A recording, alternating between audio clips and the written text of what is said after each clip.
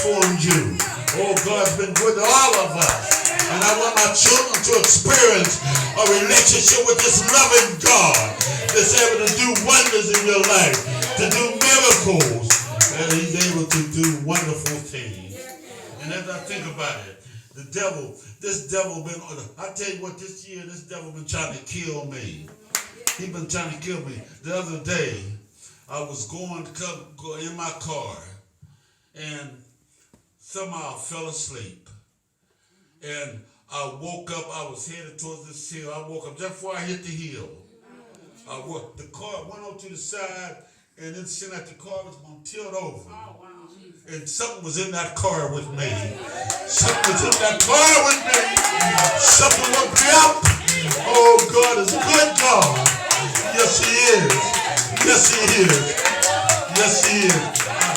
I hit the hillside, and then I was, if I would have hit that thing head on fire, if God wouldn't have woke me up and I turned the wheel, I would have hit that thing head, that thing would have killed me. And then I turned on the side of the road and I was in the lane. If a car was coming, that would have been terrible. It was just God watching over me. It was God.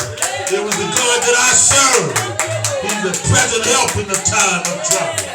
He'll suffer the Lord to come upon you. Then you're able to bear. He's the God of mercy.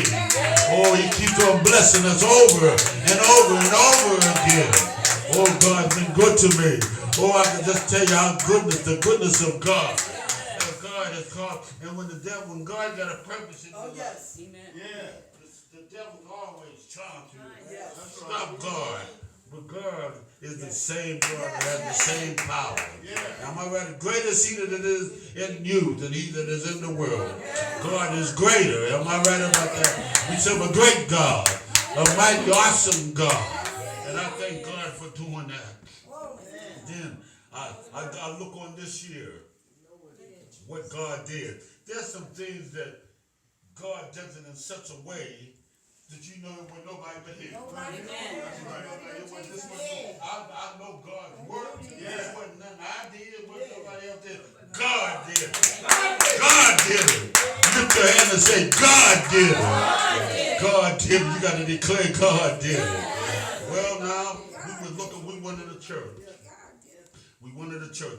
For 18 years, we had a church, and every time we wanted to feed or something, we had to rent halls. We had to rent a hall. We didn't have, we had to have Mr. John, we didn't have a public running water in the building because they didn't have water in the building. So we was there for 18 years. And we went and looked at a church. And we put in a bid for the church. And the pastor called me up. He was a white minister. We was looking at this church. They was moving to another building. And he called me up and he says, we're going to let somebody else have the building. I don't know, this ain't the exact words, but we're going to let someone else have the building. And God's going to bless you. That's what he told me. He said, God's going to bless you with another building. I don't think they really wanted us to have their building. But God didn't either. But I didn't know that. And so there was a church in Monongahela. We went up there and looked at the church. They disbanded. They broke up. They had a lot of older members and they passed away.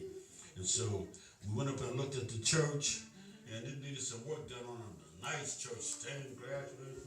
It needed some work done on the ceiling. They couldn't afford to have the heat on it. It damaged the walls.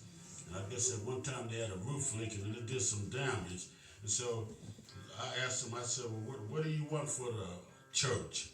And they couldn't give me a price. So one day I was sitting home. I was sitting on the telephone ring.